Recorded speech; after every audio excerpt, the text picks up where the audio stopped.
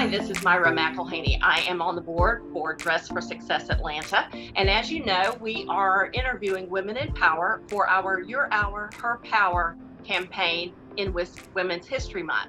Today, I have the pleasure of speaking with Dr. Kathleen Toomey, who is the Commissioner of the Georgia Department of Public Health. She's also a family practitioner and epidemiologist. And if you live in Georgia and have a television, you have heard her name and seen her face in the last couple of years during the pandemic. Welcome, Dr. Toomey. Oh, it's a pleasure to be here. Thank you so much. Thank you. I want to ask you first, tell us just briefly what's new and exciting going on with your work right now.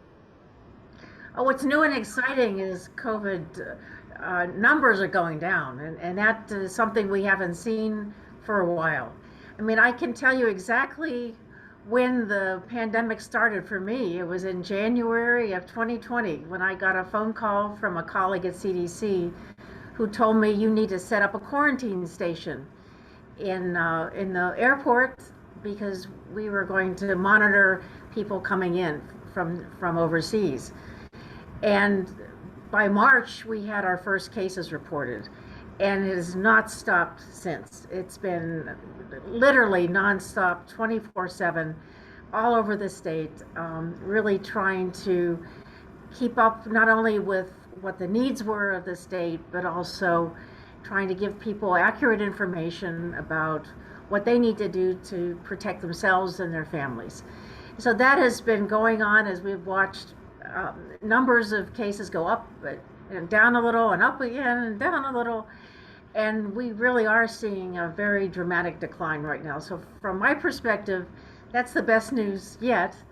And so I can begin to focus again on some of the other public health issues that I care so deeply about, particularly maternal and child health. Yes. And some of the other things that you know about that public health does, but that we have been really diverted from because of the pandemic. Well, thank you. And that is good news for all of us to hear that those numbers are going down. I wanted to ask you, I'm sure that having a pandemic come up at this point in your career in public health was something new and different, a new challenge for you. But throughout your career, you have had many positions, done many things. I want to ask, what has been the inspiration for your professional journey?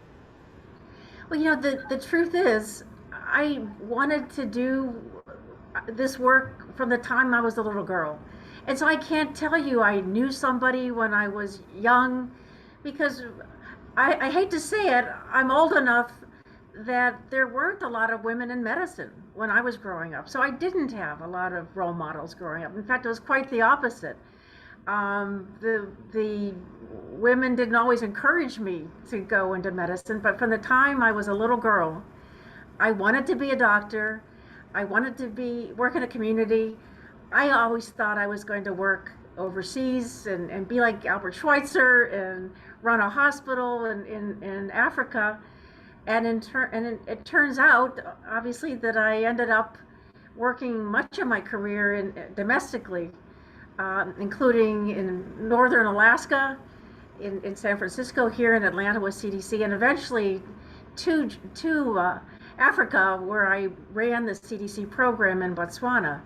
But the medicine was my passion from the time I was a little girl, and I continued to pursue that, with a lot of determination, because I wasn't always encouraged to do that. And I'm so glad that I did, because it's been an opportunity to really make a difference in communities literally all over the world.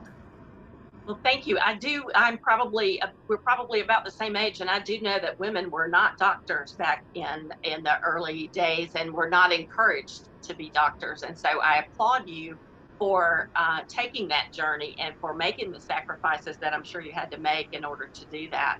And I think when people know as a child what they want to do, and it's a calling, it's not a job, it's a calling.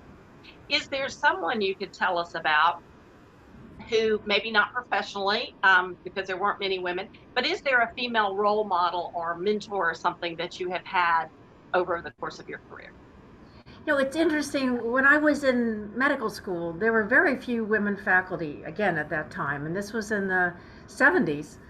But I met a woman named Leona Baumgartner, and she was such an interesting, fascinating person to talk to, and she took me under her wing. And she had been the commissioner of public health in New York City. And I thought, how could somebody ever do something like that? I mean, that is just so incredible. And then here I am, fast forward some 40 years or whatever it is at this point, that 30 years, and here I am running a state in a pandemic in a similar role as she played in New York City.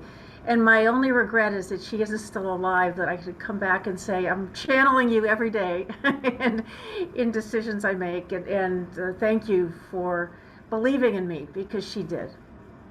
Well, it's so wonderful, even if we don't have mentors we actually know, to have a role model we can look to like that. And you must know that you are a role model to so many women now who are interested in medicine, in science. And is there something that you do or some advice you would give to women who are pursuing that? No, I've said this to so many young women. Most recently, yesterday, when I was with a young girl, I said, please, I said, follow your dream, dream big. Don't limit yourself because others want to put you in a box. Think, what is it that you want, and you can do it. And we will support you. We'll be behind you. And she's in grade school, and I wish somebody had done that to me. But hey, I'm here. But I truly believe that. I mean, I think if we as women support young women, even young girls, as they think about what they want to do now and in the future, to dream what is possible, dream what it is you want, and dream big. Don't limit yourself just because somebody is telling you to limit yourself.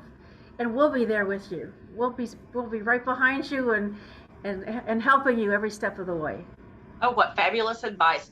Role models and cheerleaders. That's what we all need.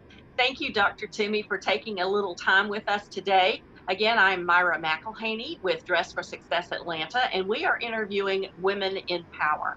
If you would like to know more about our Your Hour, Her Power program and about what we're doing for Women's History Month, go to our website, which is atlanta.dressforsuccess.org. Thank you, and thanks again, Dr. Toomey. Oh, thank you for talking to me today.